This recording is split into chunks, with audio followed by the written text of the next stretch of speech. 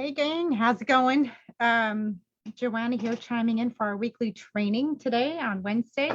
Really wanted to touch on a couple of things. I'm thinking in my head, that's why I'm stuttering just a little bit here because I've been hearing so much about, what do I say to sellers? How do you find them? I called one and they were rude to me, or there's so many different things coming up this past week. So I thought I'd talk about it, right? And that's what these weekly trainings are for. So the more I hear from you guys, the more I direct these trainings. DM and the 5-day challenge that we just had, and my clients as well, saying different feedback from the people that they're speaking with. One speaking to a wholesaler, one speaking to a homeowner of a vacant house who got mad at her. Others are going, hey, nobody's contacting me. I put this note on the house. So again, there's like a list of things. And the first thing I have to say is when I do my 5-day training, I don't know if you guys were just recently on it or not, but in that training, I go over how to speak with sellers, right? Like when you're contacting motivated sellers, you have to lead with your heart. You have to lead with your heart. So just think about this for 2 seconds, right?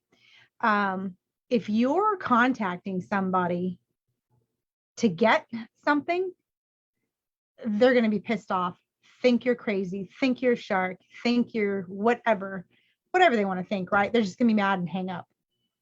They're getting hundreds of calls if they have a vacant house, if they're a disgruntled landlord, if they're in probate, if they're getting a divorce, if, right? Pre-foreclosure, all of that. Those things are detrimental to people's lives, right? They're detrimental to people's lives. And if you're going in there to get, you're the last person they want to talk to. Now, you just put the shoe on the other foot. What if you're going through some emergency, some crazy situation, and someone's trying to call you up and sell you something? You're going to get pissed and hang up. How many spam calls do we get? I get a ton of them on my phone. There's like at least 7 spam calls a day. And, did you get your car warranty, or you got your insurance, or you got, like there's all these spam calls that happen already on top of them having a bad day, right? Maybe they just lost a loved one, and nobody wants to admit that they have financial ruin and they're in pre-foreclosure. They're putting their head in the sand to the very last minute saying, I got this. I'm going to figure it out somehow. Meanwhile, trying to avoid the phone of, hundreds of investors calling them, hey, I'll buy your house, right? So just feel that for a minute, that angst of, it's just, you want to take a shower when you talk to those kinds of people, right? Don't be that person. And sometimes it's tough because you're like, well, what do I say, Joanna? Is you just say I'm an investor looking to buy property in the area, right? Well, sometimes that doesn't always work. As soon as they hear the word investor, they're like, out the door. So what would you want to hear? Type in the comments, say, what would you want to hear? If you're facing a pre-foreclosure, or someone just passed in your family, or needs to sell because they're in a senior living home, that was the word, I was missing it in my head. They've had to downsize, sell the house. They're not in probate yet, but they will be, right? They're in hospice. Don't make light of these situations. These are real crazy situations, and people are having a hard time dealing with life in general, much less putting these heavy things on top of it. So come with a servant heart. And so you're probably asking by now, going, well, what the heck should I say, Joanna? And I'm here to tell you that offer them resources, offer them suggestions, Ask them questions. Has anyone helped you? I have resources. I can help you. Text them if you have their phone number, if you trace them, right? These people need help, and there's so many uneducated real estate investors out there that, they lowball people and they treat people like an item instead of a human being.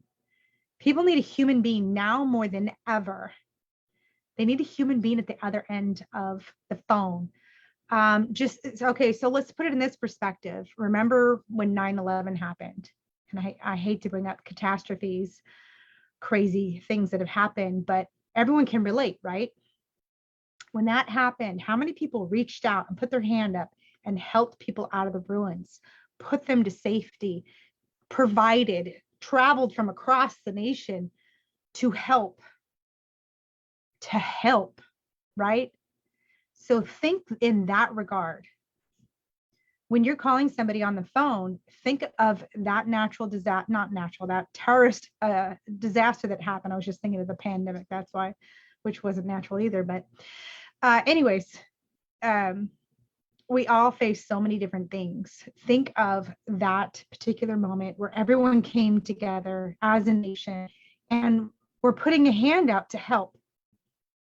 So many lives were lost, and I don't even know why I'm bringing this up. I guess because it's something you guys can relate to, that everyone knows about, because we all have different things that happen in our lives.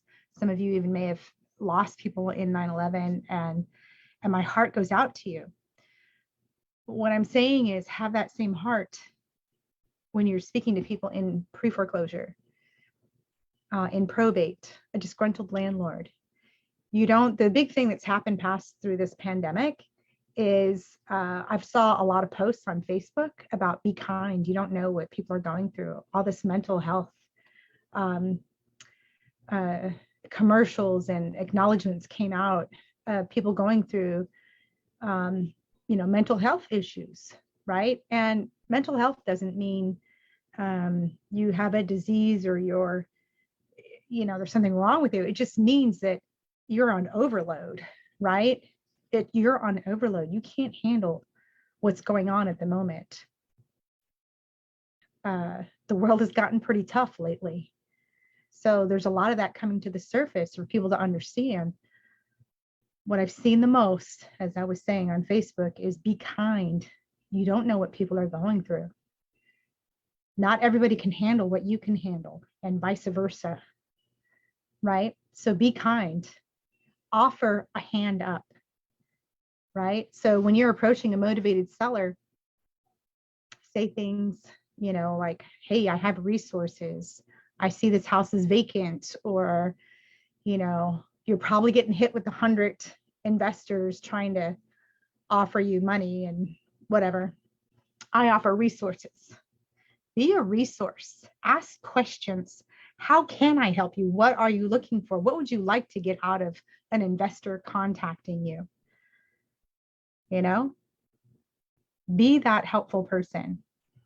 So I hope this reaches you. This is needed to be heard by somebody. It was a correlation of a bunch of different people that I've been speaking to and not knowing what to say through my 5-day challenge, my clients, I've been doing them on the phone. And I just want to make it clear to everybody that, you're not a vulture. Don't act like one. Don't just say, hey, I'm going to make an offer on your house.